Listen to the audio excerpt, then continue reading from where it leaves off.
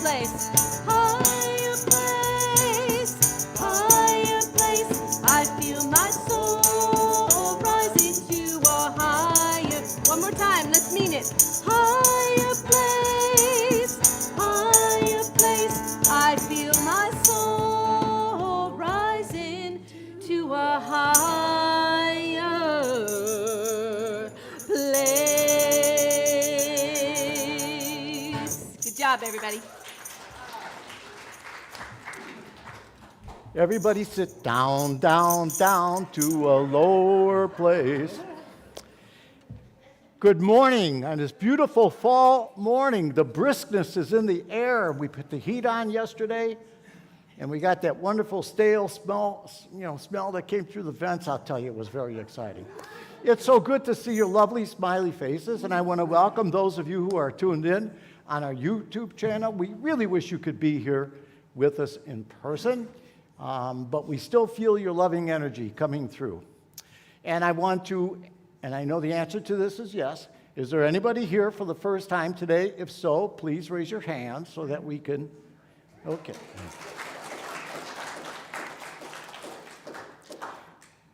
Marcy, welcome. Thank you. Good to have you with us this morning. And I think the gentleman, Jim? Jim, glad to have you with us here this morning. I also want to take a moment to acknowledge Gordon and Marianne, who are residents of Florida, who have been tuning in on our YouTube channel, but are in town, lured by those darn loving newborn grandchildren. Glad to have you with us.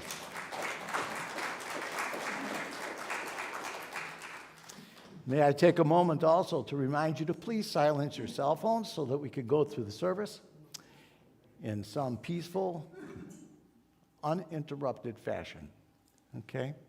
And with that, I would like to invite Bobby. Please come forward and share with us today's daily word reading. I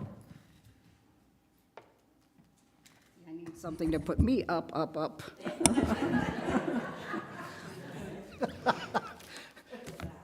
So thank you for getting up, and coming and visiting with us today.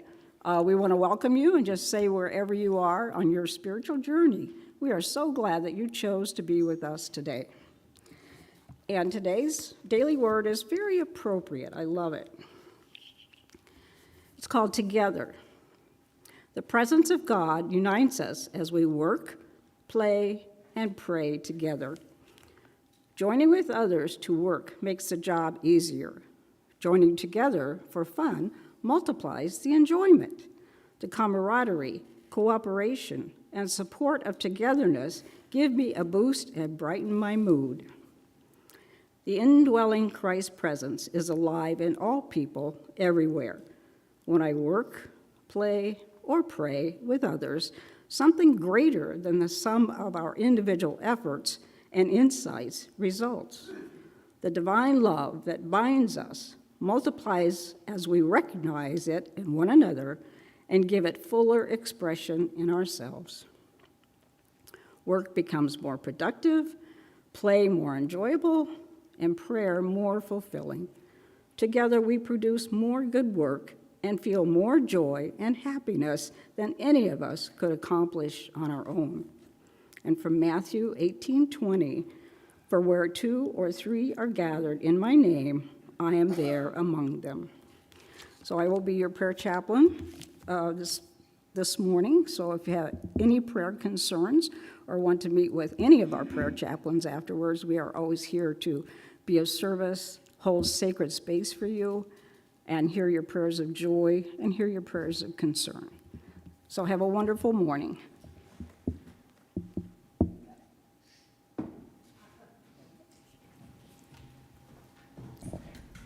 Thank you, Bobby.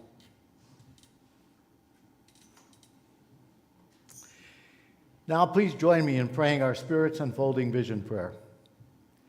Guided by divine wisdom, inspired by divine imagination, centered in divine love, and knowing that God is our source, we boldly move forth in faith as we allow Spirit's expanding vision to unfold in our lives, the life of the spiritual community and our world. Thank you, God. Amen. And now, may I invite you to please return to your feet and join in singing and praying the Lord's Prayer.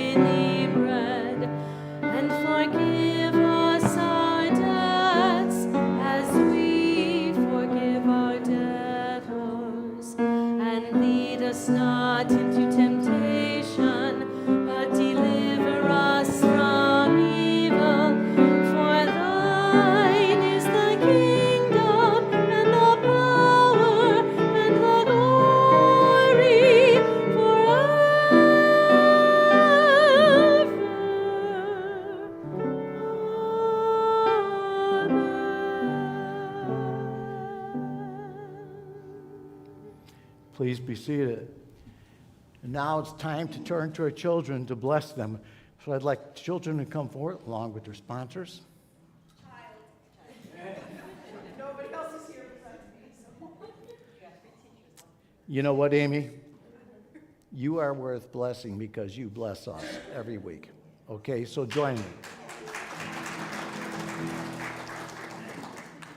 We love you, we bless you, we appreciate you, and we behold the Christ in you, and know that you are empowered to do great things.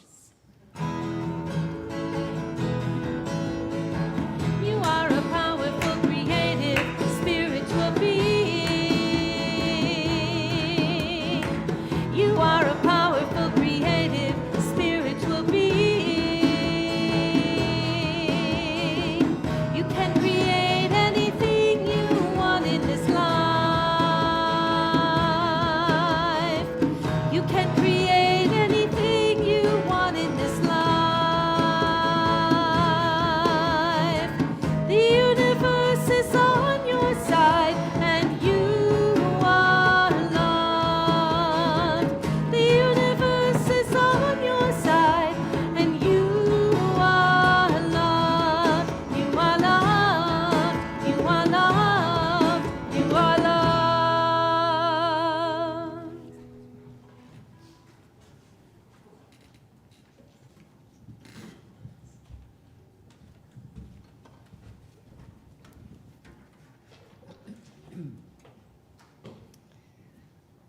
This keyboard has a mind of its own, and it shuts itself off, so bear with me here while I get reset.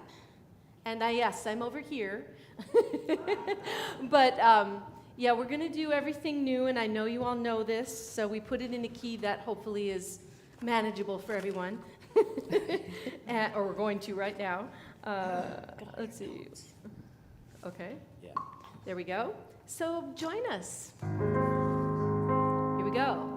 Bring it on, everything new, everything different, everything true.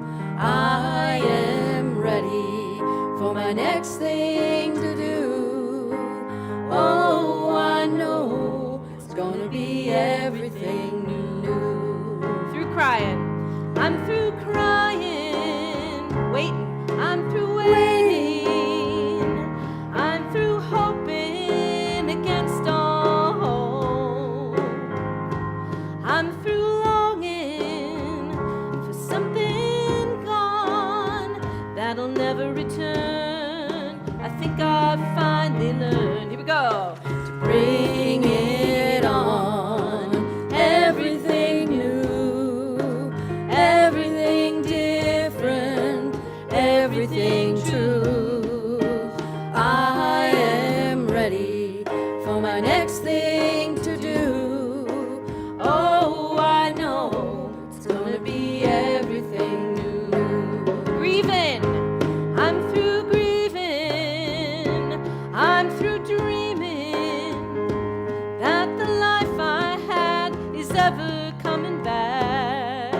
No more wishing, no more wishing on someone else's star that'll never be mine. I think it's time to bring it on. Here we go. Everything new, everything different, everything true. I am ready for my next thing to do. Oh, I know it's gonna be everything new. And I've survived many times before, broken hearts and slamming doors. But I'll be alright, yes I will, once more, just as I did back then. I'm gonna rise again, so bring it on. Everything new, everything different, everything true. Oh, I am ready for my next thing to do. Oh, I know it's gonna be everything new. Here we go. So bring it on. Everything new, everything different, everything true. I am ready for my next thing to do. Oh, I know it's gonna be everything new. I know it's gonna be everything new.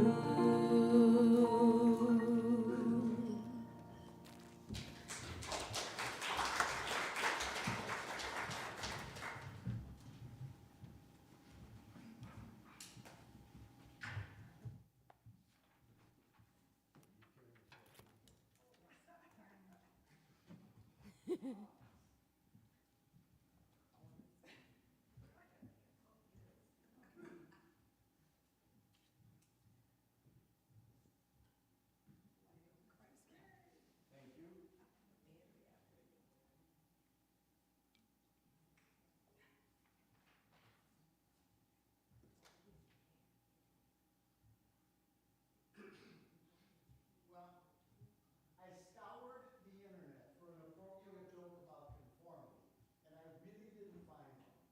But I did come across a shtick that was done by the comedian Steve Martin, who came out and said, I hate conformity.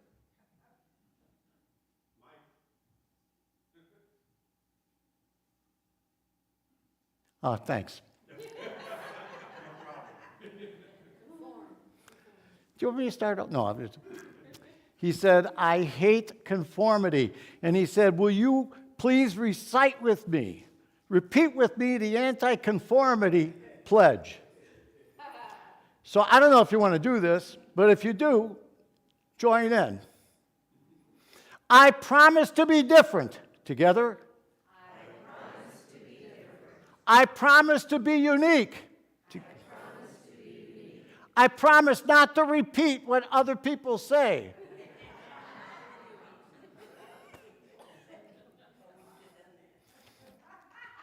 I got a few of you. So, opening with a quick story, I want to talk about a scenario that I experienced many times when I was growing up. And I suspect many of you have had a very similar experience. And it goes something like this. Mom, tomorrow, can I take the bus to the lake? No. But Mom, everybody's going. I don't care who's going. The answer is still no. But Mom, even Eddie was my cousin, but Mom, even Eddie is going. And Mom says, if Eddie jumped off a roof, would you jump off a roof too? Right? It's familiar. There's an amusing side note to that. My mom didn't realize that Eddie and I already had jumped off a roof. Because the previous winter, we got about 10 inches of snow, and one of the people in the neighborhood shoveled off the roof of his garage, couldn't do it in the alley, so he pushed it into his yard.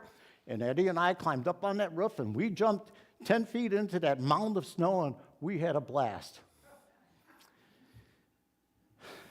I never told Mom that secret. I want to talk about somebody else. I want to talk about somebody named Nelson Algren, and maybe you are familiar with him. He was a very successful writer who wrote several books, the most famous of which was A Man with a Golden Arm, which was made into a movie starring Frank Sinatra somewhere in the mid-50s. And Nelson Algren grew up in the neighborhood. Nelson Algren lived in the neighborhood in which I grew up. He was a neighbor. He lived on Evergreen Street, and he lived on Noble Street, which I also did. And he got all of the food for his novels by observing the neighborhood. And he would write about the poverty in the neighborhood and the political failings in the neighborhood and the failings of the schools in the neighborhood.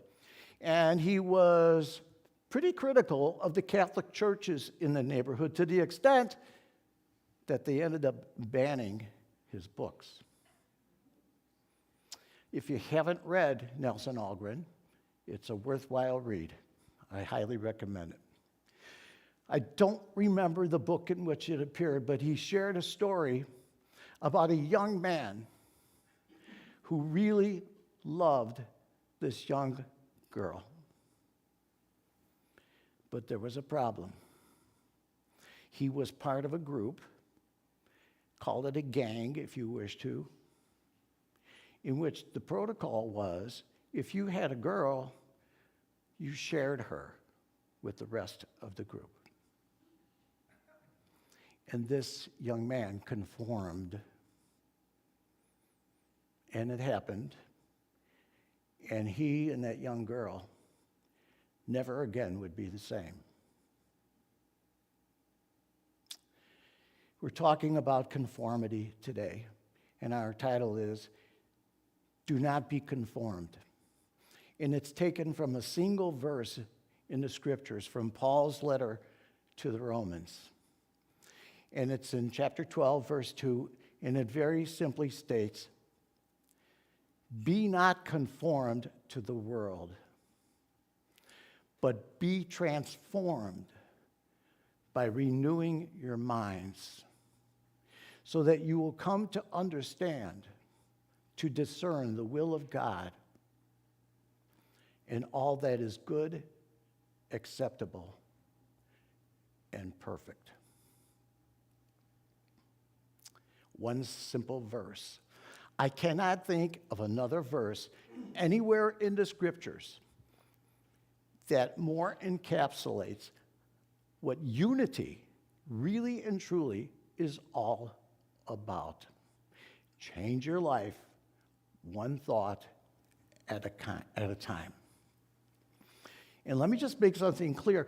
There's a lot of talk in unity about coming from your heart and doing what's heartfelt. This does not contradict that. And frequently, we give the mind, we give the ego a bad name. But what this verse is really calling us to do, because the goal is to align ourselves with the will of God, it's not a competition between our heads and our hearts. It's supposed to be a collaboration. Those two things are supposed to complement one another. And so it's really important that we understand that. Conformity. One of the worst feelings in the world is that feeling when we have lost control, when everything is out of control. It produces within us, just the thought of that, a fear. And that fear is the underpinning part that makes conformity possible. Fear, that fear of losing control, is the very power of conformity. And the lessons are presented to us very, very early on. We are told, be a good little boy, be a good little girl, and we, the world, will take care of you. And so without thinking of it, without any awareness of it, we learn that there's a system in place. And it's a system that is found in virtually every religious practice. It's a system that is found in every institution. It's a system that is found in every social engagement. And it's a system that is found right in our own families. It's a norm in every one of our families. You are alerted, you are told on a multiple dimensions, do what you are expected to do. Be what you are, we expect you to be, and everything will be okay. And there's really not a whole lot of encouragement to ad lib or to be creative. Just conform. I want to share with you a very personal story in my life that happened many years ago. My dad, my father, was an absolute rock, a pillar of strength. I'm talking about a man that in my entire lifetime, I never once heard him raise his voice. He did what he understood was his to do.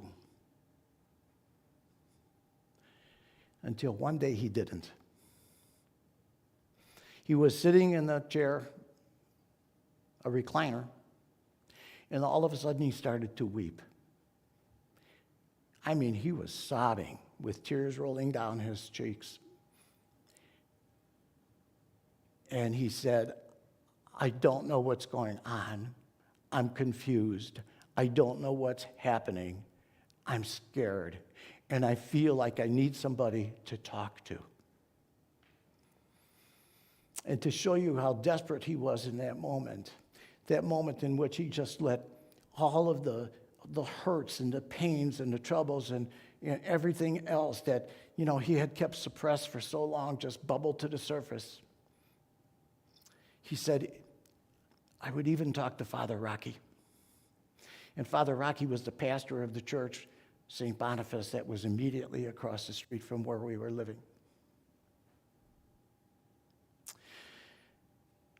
I can visualize the scene.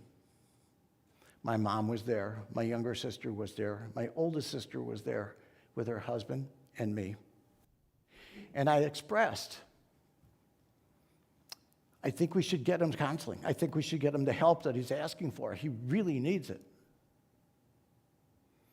But the family used a different strategy. My mother said, okay, Luke, that's enough. Stop crying. And my sisters told him, Dad, it'll be okay. You're just tired. That's all. You're just tired. Go to sleep, and I'm sure that everything will be okay. And I was told, he doesn't need to be seeing some shrink or anybody else. It'll be okay. Dad went to sleep. He got up the next morning, and he immediately started attending to the same routines, the same business that he ever dealt with day in, day out. Dad had conformed, and I conformed along with him. And as frightening as that whole experience was, because when that rock in front of us melted, we were really afraid that our world, which was so dependent upon him, was also going to fall apart. But notwithstanding the intensity of the whole thing, not a single word was ever spoken by anybody in the family ever again. See, conformity will do that. It will shut you up. It will shut you down. and it will tell you. You know, we frequently deal with these messages in unity. You know, we battle, we do battle with the message of you are not enough, that you are lacking, that you are missing something. You're not capable of being something more, something greater, something better. We are told to follow the dictates, the whims of the world.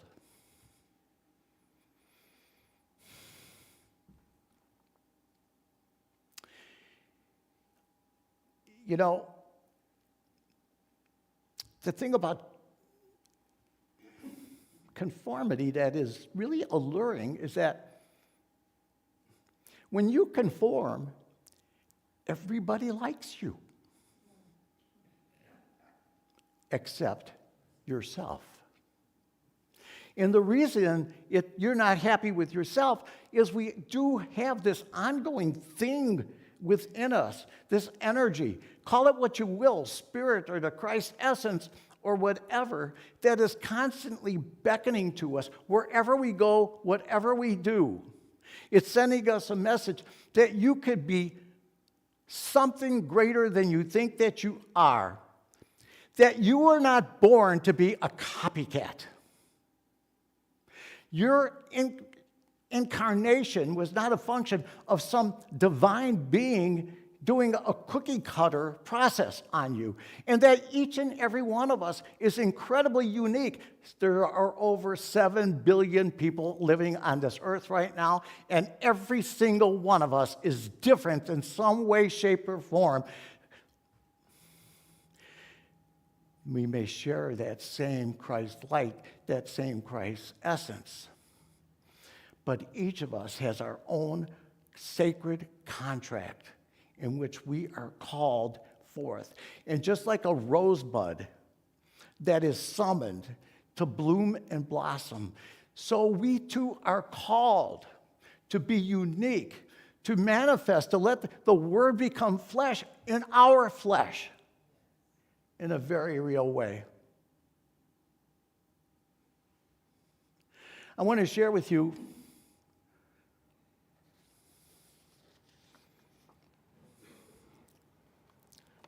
just to conclude that, when we choose to ignore those calls that I'm talking about in favor, or in order to gain some false sense of control, some temporary sense of control, that's when that dissonance takes place within us, and we try to ignore it, but it is always there. You know, some people, you wonder why some people are just never happy.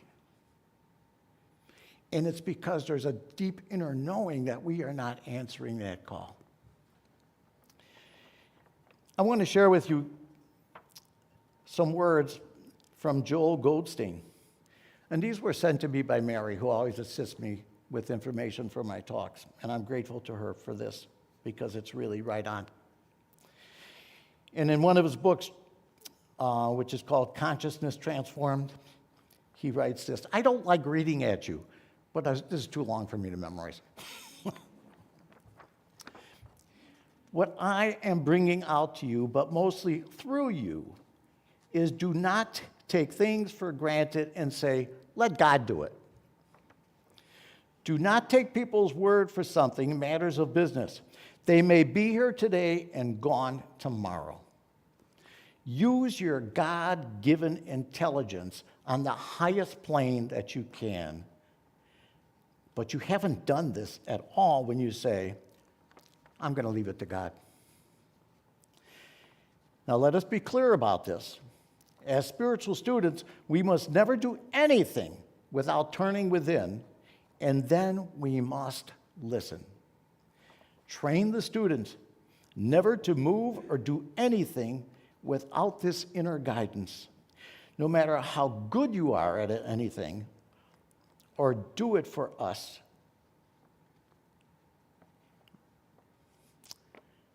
I'm sorry. Do not assume God will lead us to anything or do it for us. Otherwise, the whole contemplative life is a farce. You think about that, the number of times in unity that we go into the silence, that we promote going into the silence. You know, that there's the significance, the importance of meditation and listening to the still small voice, okay? If you think that God is going to do it for you, the whole contemplative life is a farce. He goes on to say, I have found the secret is in the word consciousness. What I can become conscious of, that is what takes place in my life. Therefore, regardless of what I want guidance on, I have to see it in some way as a spiritual demonstration of the presence of God. Lead the contemplative life, but then take every practical human footstep to let the Word become flesh. Let it become your reality. You know, and just Mary pointed this out. You know, tomorrow we celebrate Columbus Day. And Goldstein actually points out in this book, the whole Christopher Columbus thing was a refusal on his part to conform, a refusal to buy into the belief that the earth was flat, a refusal to accept that the horizon was as far as it took. And so it just demonstrates the point that it's only when we're willing to stand up and stand out and use our mind to renew that we become difference makers. Another one of my favorite writers, authors, gurus, was a Vietnamese Buddhist by the name of Thich Nhat Hanh. I'm sure some of you have heard of him. Again, if you could get your hands on anything that he's written, read it. He speaks in one of his books about 4 layers of consciousness, and I'm only going to talk about 2 of them. And one of them is store consciousness. And what store consciousness is an accumulation of everything that we ever experience. But it's even broader than that. Not only is it an accumulation of what we experience in our lives, but it's an accumulation of our lineage. It's an accumulation of all human history. And store consciousness is always active. It stores, protects, and processes everything that comes into it. And it never, ever, ever sleeps. Not even when we sleep. So if you want to know where those dreams or nightmares or whatever are coming from, store consciousness. It's like an ongoing, flowing river. Another consciousness that he speaks of is mind consciousness. And mind consciousness is that consciousness that burns the most energy within us. It's a consciousness that we use to make judgments, to evaluate in a given moment what the situation is, and to come to decisions.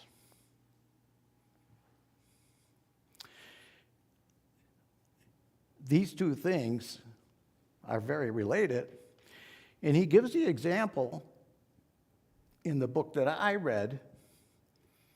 You know, we go to the store. This is his example, not mine. We go to the store, we go through the market aisles, and we make choices. I'm going to buy this cereal. I'm going to buy this vegetable today. And we think that we are doing so from a sense of freedom, that we have free will to make that decision. But the reality is, we don't. Because almost all of those basic everyday decisions don't come from mind consciousness, they come from that store consciousness. That we are so victims of habit, that we are so victims of routine, that we are so victims of conformity. And by the way, let me make something clear. I'm talking about do not be conformed with the world,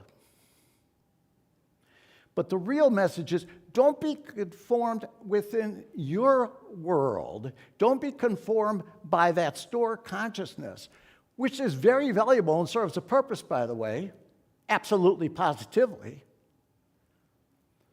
But as much as you possibly can, as ridiculously trivial as anything might seem to you, do it with a sense of mindfulness.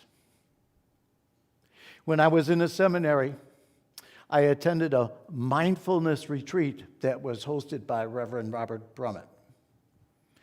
It was a Friday, Saturday, Sunday retreat. And we were drilled. It was put into us, coupled with long, long moments of silence, to be mindful, so that when we took a break for lunch, we were told, be deliberate. Understand the presence of God, the presence of Spirit, with every bite that you take out of the lunchbox that was prepared for you. And if you walked on the ground, be mindful of what was involved with every single step that you would take. Be conscious and feel the ground, the earth beneath your feet, and understand that the sense of balance, that you are able to be involved in movement without falling down, and that there was a sacredness to it, that it was an absolute case of the Word becoming flesh.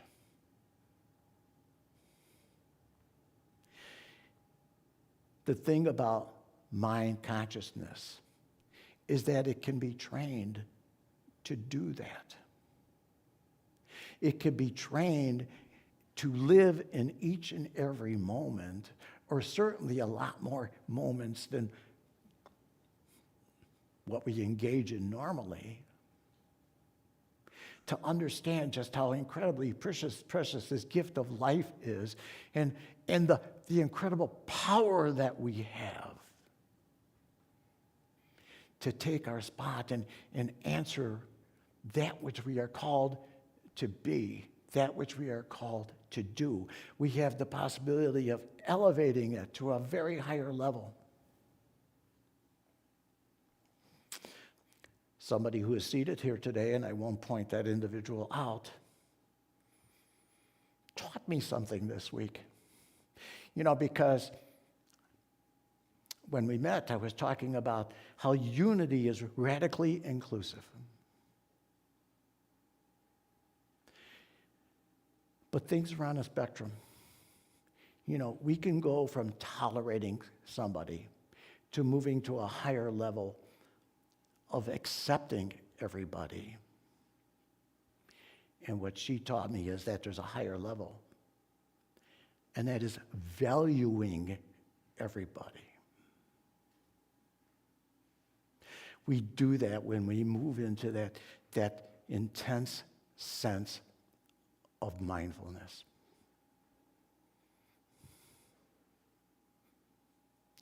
I invite you to play with it. Seriously. And I think that you want to ask yourself the question, is the life that I'm living correspond with the life that I really want to be living?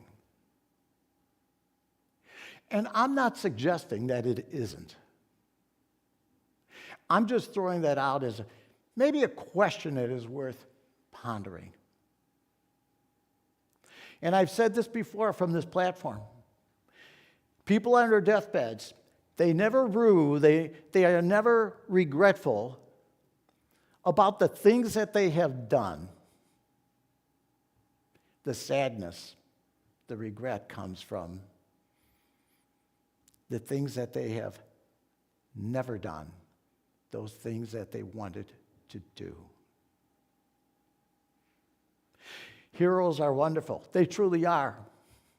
Our way showers are terrific. We claim Jesus as our way shower, but there are other people that have done marvelous things, and every single one of them have done so because they stepped out and did something other than the norm.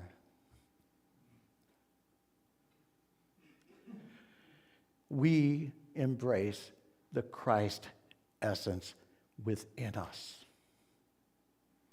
And so, if we can develop that awareness, that mindfulness, that could have a dramatic effect on that store consciousness that is within us. We don't have to come up with new ways of heating the world or flying to higher and greater, levels in the atmosphere.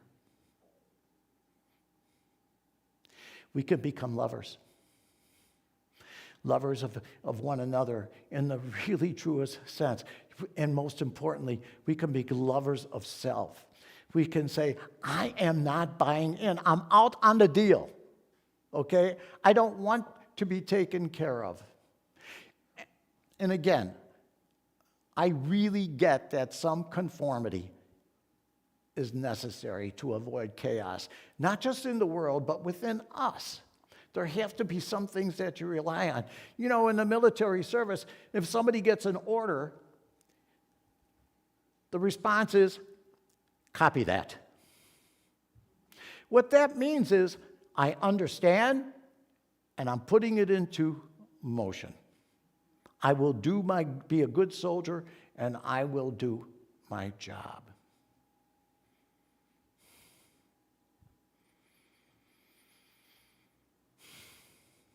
I'm not going to go down the path of, be good Christian soldiers, because I don't think it's necessary to do that. But that response of copy that should be a response that you make out of prayer, in response to prayer, out of a response to that inner gurgling, that inner prodding, that inner urging to rise up and just bloom and blossom and let the beauty of you that is within you become flesh in a very real way. And now we can copy that in prayer and meditation.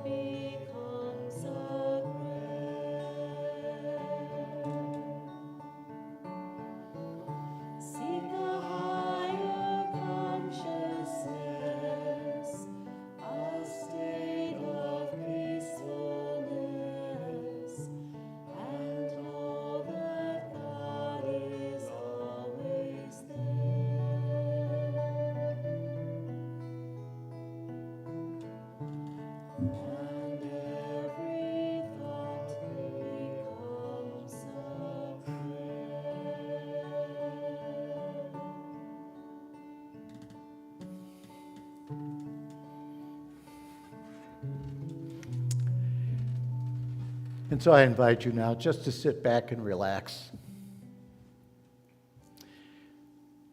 Feel the support that the chair provides and the support of having your feet touch the ground, and use those as a sign and indication of the support with which you are held on every level of your being. And know now that you are, as you move into meditation, building a very, very safe place. For the next few minutes, there is nothing to threaten you. There is nothing to bother you. You can lay your worries, your troubles aside, and pledge that these next few short minutes is a very, very conscious, deliberate attempt to listen to that call that is always being broadcast deep within us, and listening to how we might best answer that call. Take a nice deep breath. Inhale it. Feel that life surge of oxygen that flows into your lungs and then spreads throughout your entire body. And as you dispel your breaths, you consciously, very deliberately affirm not to be distracted by anything that will take you away from communing, understanding your incredibly profound partnership and part of the oneness that most of the time we call God.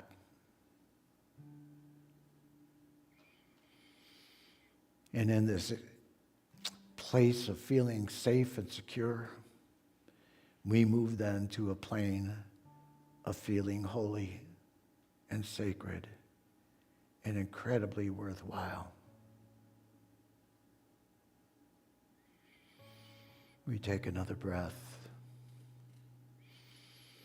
And if we tend to get distracted, we go back to our breath and allow ourselves to listen, to feel the cadence of what it means to breathe. A divine mechanism. And so we lay ourselves open. We make a silent proclamation. I am here, Lord. I don't understand so much of what I am called to do, but I am open. I am receptive. And I know maybe that it has something to do with love. And sometimes I don't know how to. I get confused. I fish and poke around for words that will communicate what I think needs to be communicated, and they don't come, or they come out wrong. And we listen, and maybe we understand that the words in our heart are really what's most important, even if they get tripped up coming out of our mouths. We listen still harder, with fuller intensity, with a greater pursuit. How is it that we might become more mindful? More and more often.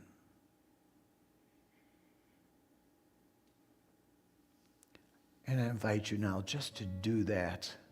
Affirm that prayer in some moments of silence.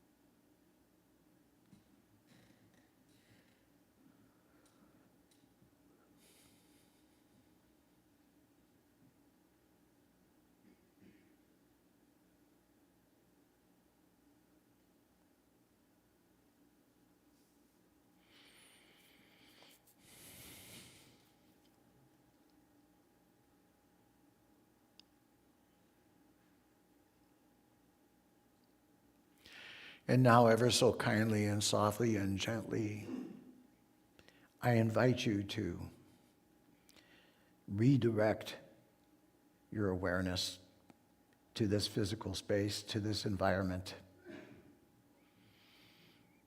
Open your eyes as you are ready. Look around. See the sanctuary.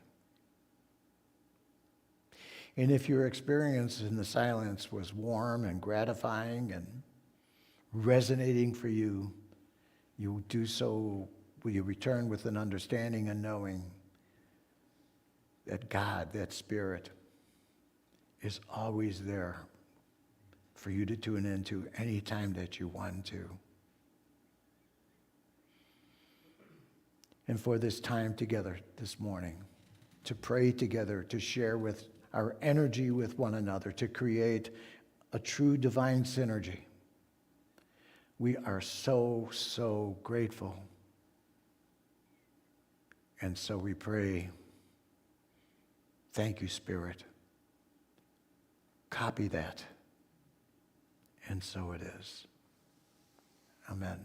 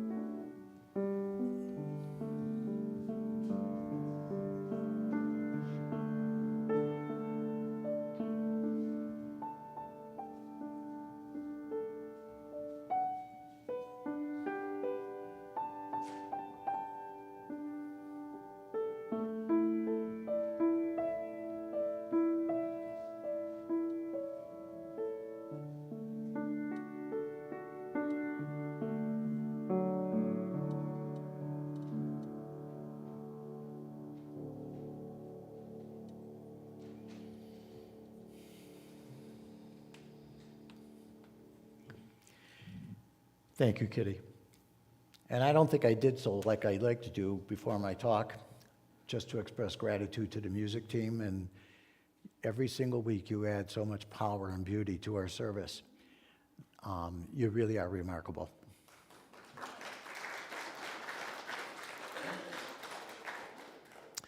Now it's time for our love offering, our sacrament of giving and receiving. We are always grateful for the dollars. We had to put the heat on today, and we are grateful that we had the wherewithal to do that. Your dollars, your cents, whatever you can afford to give and share and tithe is so appreciated.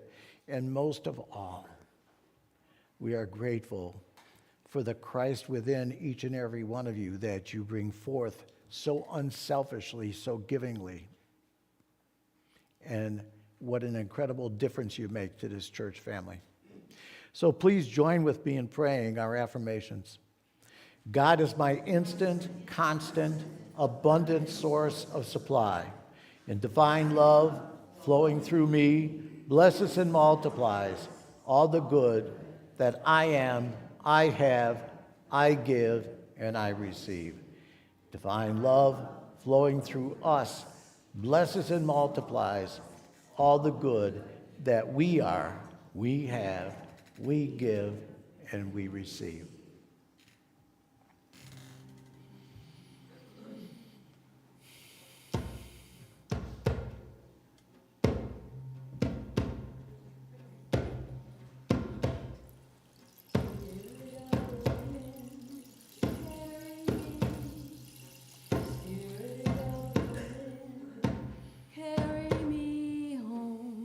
Spirit of the wind, carry me home.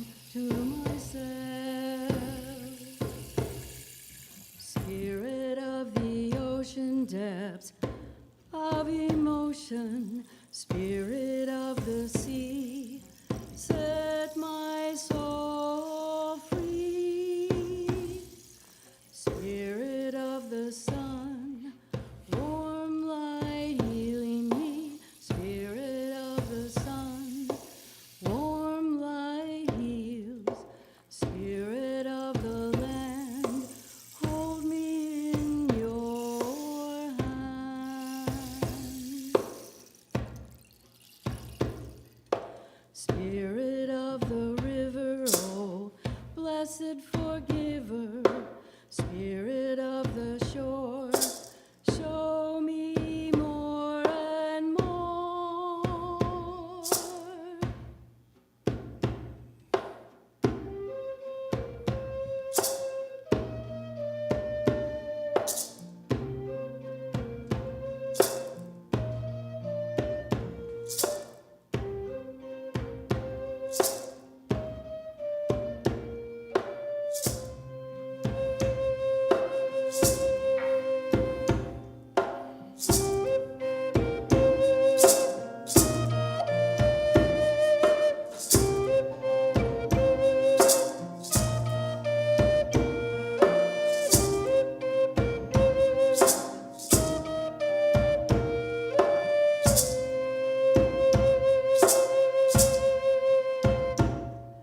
Spirit of the storm, I'm reborn.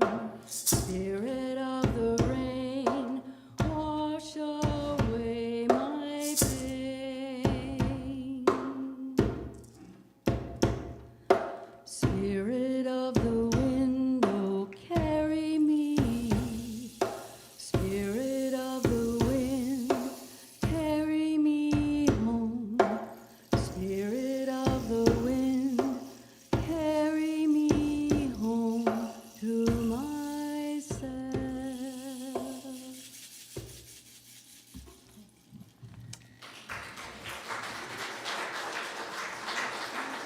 Well done. It's different. I like it.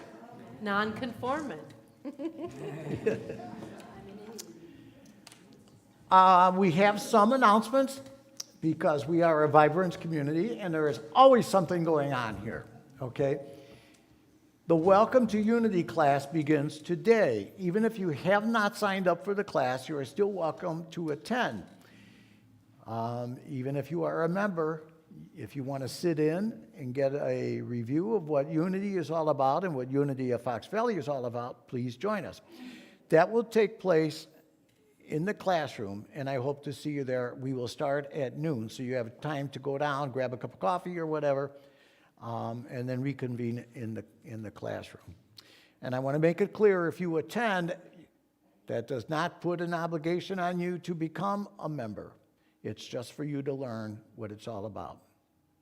This Friday will be our Healing and Wholeness service. It's a service that's an affirmation of our wholeness and good health through song and prayer.